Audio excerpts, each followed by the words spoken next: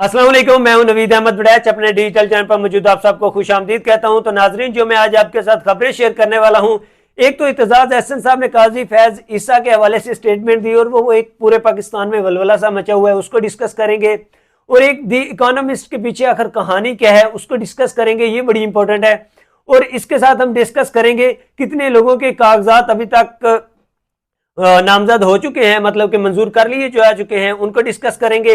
और इसके साथ हम सबसे बड़ी स्टोरी आज की शेयर करेंगे। शेर अफजल मरवत साहब वो नाराज हो चुके हैं कि पंजाबियों को हकूक ज्यादा और जबकि खैबर पख्तूनख्वा वालों को कम मिल रहे हैं, इसको डिस्कस करना है। तो नाजरीन, इन सबसे पहले मेरी आप सबसे गुजारिश है कि आप मेरे चैनल को सब्सक्राइब कर दें। तो नाजरीन, मैं अपनी खबरों का सिलसिला स्टार्ट करूंगा।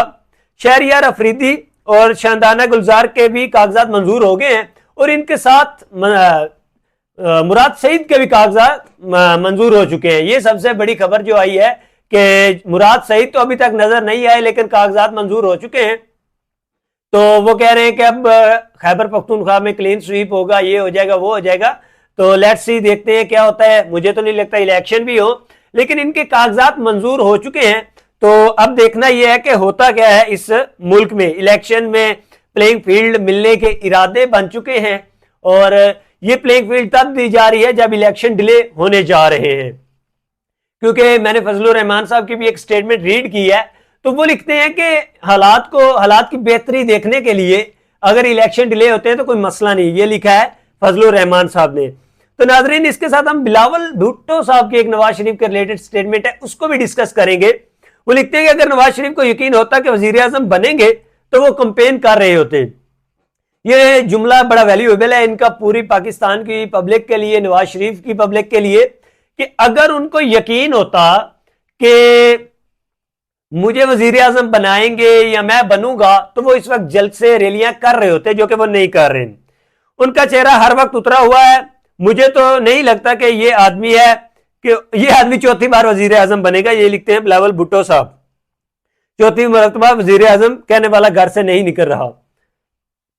वो कहते हैं कि जो बंदा चौथी मरतबा खुद को वजीर आजम कह रहा है मुल्क के अंदर कि मैं बनूंगा, उसके जितने भी लोडे लपाड़े हैं वो कह रहे हैं कि नवाज शरीफ वजीर आजम बनेंगे बनेंगे बनेंगे चौथी मरतबा, तो आए कंपेन करें, रैलियां करें, जलसे करें, बाहर निकले, घर में क्यों बैठे हुए हैं। ये लिखते हैं बिलावल भुट्टो साहब ने इन पर तंज की है कि जनाब बाहर आए। तो जबकि उनकी स्टेटमेंट बिल्कुल हकीकत है। इस वक्त प्लेइंग फील्ड भी चेंज हो चुकी है, सियासत का इंफ्रास्ट्रक्चर भी चेंज हो चुका है, क्योंकि समझ नहीं आ रही। अवाम, पब्लिक बहुत पावर रखती है, मोस्ट पावरफुल है पब्लिक इस वक्त इस पाकिस्तान में। तो ये पब्लिक जिसके साथ जानी है उसी ने वजीर आजम बनना है, लेकिन इस वक्त परेशान है कि कौन वजीर आजम बने। ठीक है, तो इसलिए नवाज शरीफ साहब का भी चेहरा उतरा हुआ है। मुझे लगता है ऐसे करते हैं, सुबह कहते हैं ठीक है तुम बन जाओगे, शाम को कहते हैं नहीं बन जाओगे।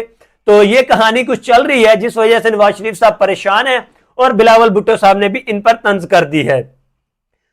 उसके बाद जनाब इत्तेजाज अहसन ने लिखा है, दुनिया में इंसानों की बड़ी तादाद हजरत ईसा का, जबकि पाकिस्तान में नून लीग काजी फैज ईसा का इंतजार कर रही थी। तायात ना अहल खत्म सुप्रीम कोर्ट को के फैसले पर सहाफियों ने सोशल मीडिया पर वलवला मचा दिया। कल जनाब काजी फैज ईसा साहब ने नून लीग पर शफकत फरमाई है। उन्होंने कहा कि तायात ना अहली इस्लाम में नहीं है और ये वो। तो इस पर एतजाज अहसन ने कहा कि जनाब नून लीग वाले काजी फैज ईसा का और दुनिया हजरत ईसा का इस्तकबाल कर रही है। तो मुझे तो ये थोड़ा ऑकवर्ड सा लगा है, क्योंकि इस तरह नहीं स्टेटमेंट देनी चाहिए। अब ये मेरा ओपिनियन है, मैं इसको इसी तरह डिस्कस करूंगा कि मैं नहीं इसको ठीक समझता कि आपको इतनी पाक हस्ती को आकर इनके साथ कंपीट कर देना, इट्स नॉट गुड।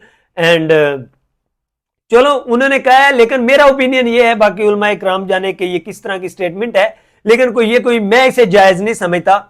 लेकिन नून लीग वाले काजी फैज ईसा का वेट कर रहे थे। ठीक है, नवाज शरीफ साहब आए, शफकत के हाथ रखेंगे और शफकत के हाथ रखे जा रहे हैं इन पर। तो ये सिलसिला चल रहा था पाकिस्तान में।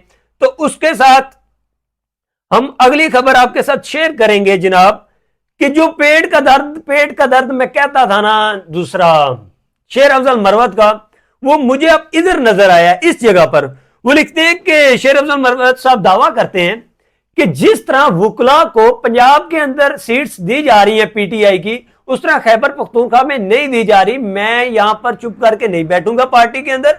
मैं वो नहीं हूं जो सिर्फ सुनूं, मैं अपना ओपिनियन देना जानता हूं। ये उनका कहना था कि मैं वुकला को टिकट मिलेगा, और मतलब कि खैबर पख्तूनख्वा में भी उसी तरह वुकला को टिकट मिले पीटीआई के, और उस तरह जो कि नहीं मिल रहे, मैं इसके खिलाफ खड़ा हूंगा अपनी पार्टी के अंदर और अपना ओपिनियन दूंगा कि इनको भी पूरा राइट्स दिए जाए, पूरे राइट्स दिए जाए।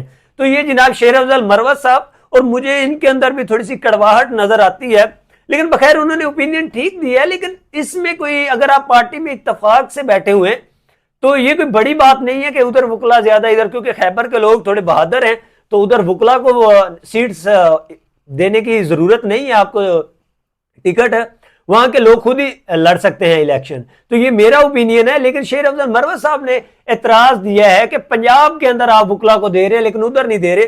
पंजाब के अंदर रीजन ये है कि लोग ढीले हैं, थोड़े डरते हैं, तो इसलिए वुकला को दे रहे हैं पीटीआई वाले टिकट, और खैबर में इसलिए नहीं दे रहे क्योंकि वो लोग थोड़े तकड़े हैं, जैसा कि शहरियार अफरीदी और अली मोहम्मद खान, इस तरह के लोग, तो इसलिए थोड़ा सा उनको सीट्स दे रहे हैं। तो इस पर शेर अफजल मरवत साहब का एतराज है। मुझे तो उनकी कड़वाहट लगी है, बाकी अल्लाह जाने। और ये मुझे लगता है नाराज है अली गौहर साहब से ये भी। तो ये थोड़ा सा सीन था, सिनेरियो था इमरान खान की पार्टी में चल रहा। तो नाजरीन, इसके साथ मैं दी इकोनॉमिस्ट की कहानी थोड़ी सी आपके साथ डिस्कस कर दूं, जहां पर पता नहीं 20.1 मिलियन चल रहे हैं कि इतने लोग पहुंच चुके हैं, ये हो चुका, बहुत पढ़ा जा चुका है, पूरी दुनिया में वलवला हो गया है, ये हो गया। लेकिन मैं ये सोचता हूं कि इमरान के पास ना तो सहाफी जा सकता है, ना मीडिया, ना कुछ, और ना ही उनके वकील मिल सकते हैं, ना कोई बाहर खबर आ रही है जहां पर चिड़ी पर नहीं मार सकती। वहां पर इमरान का वो जो था आर्टिकल, वो जाकर दी इकोनॉमिस्ट में छप जाता है कि पाकिस्तान में इलेक्शन फेयर नहीं हो रहे, ये इशू है, और वो कर देता है, वो बार बार करता है, और पाकिस्तान की पब्लिक खुश हो रही है। तो मैं इन सब लोगों को इतना जरूर कहूंगा, ये मेरा ओपिनियन है, दैट्स कॉल्ड प्रेडिक्शन, ये जरूर कहूंगा, ये भी कोई एक कहानी ही है आपकी नजरों में बैठाने के लिए कि Imran is great, Imran is more and more, because that's my opinion, Imran is no more. ठीक है, तो क्योंकि ये मेरा ओपिनियन है, इमरान इज नो मोर, लेकिन आपको बताया जा रहा है इमरान इज मोर मोर, कि इमरान और चढ़ता जा रहा है दुनिया के अंदर। ठीक है, तो ये कैसा ही वलवला होगा, और अल्लाह ना करे इमरान खान साहब को कुछ हो, लेकर वो सेहतयाब रहे। लेकिन ये मेरा ओपिनियन है कि दी इकोनॉमिस्ट भी एक कहानी है छपी छपाई जो आपके सामने चल रही है। ठीक है, अगर अमेरिका से डॉलर लूं और वो आपके सामने आ जाते हैं इतने बड़े कागजात, और वो सारा कुछ हकीकत है, अमेरिका फुल मुलव्वस है, इसराइल के आप लोग वो नहीं कर सकते, तो दिस इज कॉल्ड के आप इस वक्त पूरी दुनिया के ही नीचे हैं।